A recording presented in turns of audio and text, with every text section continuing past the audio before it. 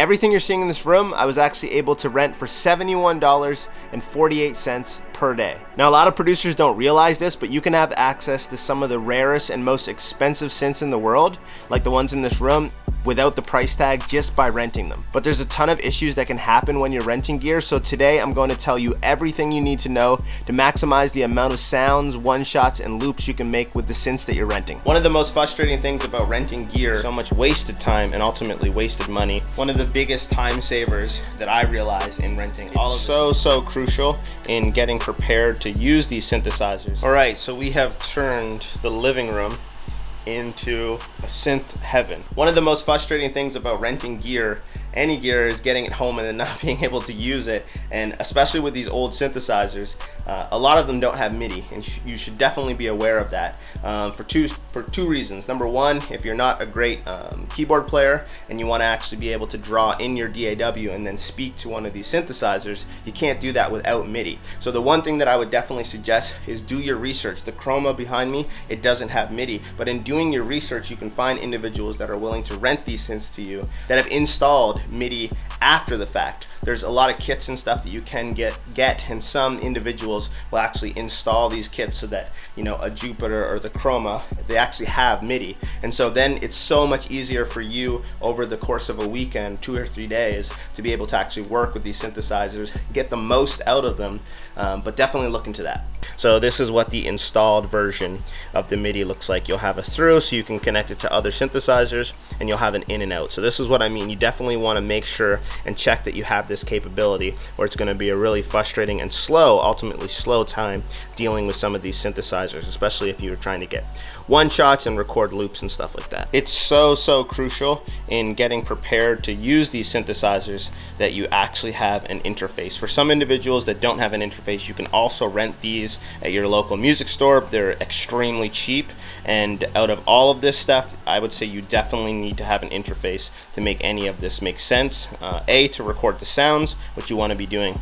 But the next thing that you really want to check with any of your interfaces that you're going to use, you want to make sure that it has MIDI in and out. Again, you want to be able to connect this synthesizer, let's say the Memory Moog, you want to be able to connect it to your DAW via MIDI so that you can actually communicate with it. You can record your loops, make some samples, some one-shots, whatever it is. This is going to save you so much time, so much wasted time, and ultimately wasted money with these synthesizers when you have them. For anyone that's home that hasn't done this before, I'm just going to give you a quick little demonstration and show you my setup. So I am going from this is the Moog 1. It comes with MIDI.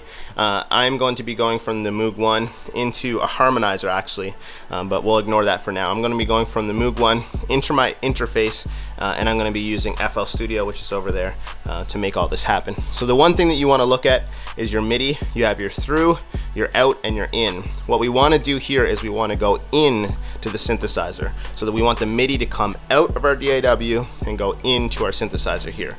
So what we want to do is we want to take a MIDI cable. If you don't have one of these available, obviously you want to make sure that you rent one of these from the store when you pick up your gear. And we're going to go to the in, then we're going to come over here to our interface. I'm just using this Behringer interface today, and as you can see, my out, which is right here, which I have labeled, is going out, and now it is going in to the Moog 1. One of the biggest time savers that I realize in renting all of this gear is just to be extremely prepared. And what I mean by that, I think a lot of the times, at least when I used to rent this gear, I'd rent it, I'd maybe only get 1 or 2, maybe 3 samples out of it over, let's say, a weekend. And that's because I'm trying to figure out what all these buttons, all these knobs, all these things do, and then try and make some music on it, you know, to make it all make sense. The one thing that I would suggest that all of you do is you actually come prepared with some MIDI files. So whether it's loops that you've already made, exported those MIDI files, could be MIDI files that your friends have sent to you, whatever it might be. If you can actually get some of these MIDI files ready to go, that's going to save you so much time in, let's say, the music creation process and figuring out these synthesizers, because a lot of these synths, we're not going to, you know, you only have the weekend, you're probably not going to read the manuals, you're going to be kind of learning as you go. And while that's happening, if you have the synths hooked up via MIDI and you actually have a MIDI file playing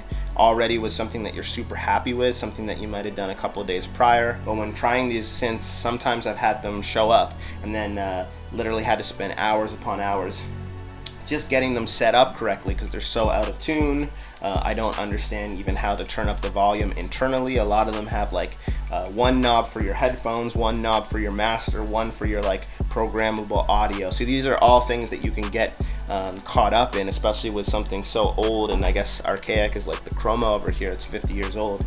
So it's really great to have the MIDI files on standby. That way you can actually get something over the weekend or whatever it might be out of this equipment.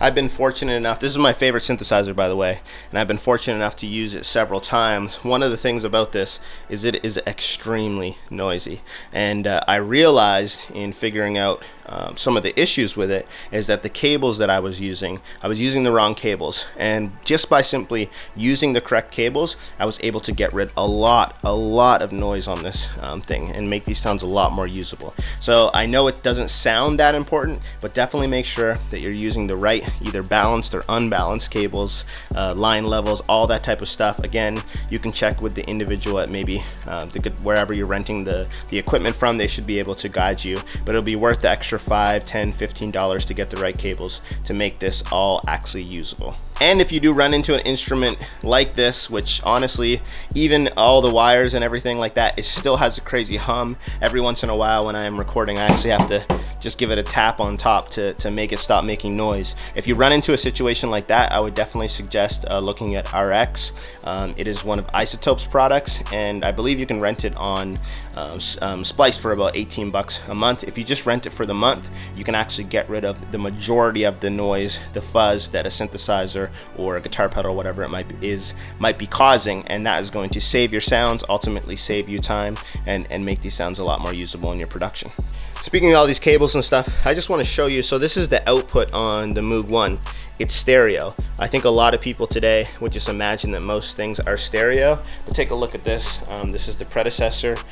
It's mono. A lot of these old synthesizers, a lot of the gear that I use is mono. Guitar pedals, for instance, all mono, or the majority of them are. The Jupiter that's in here is mono. The Chroma that's over there is mono.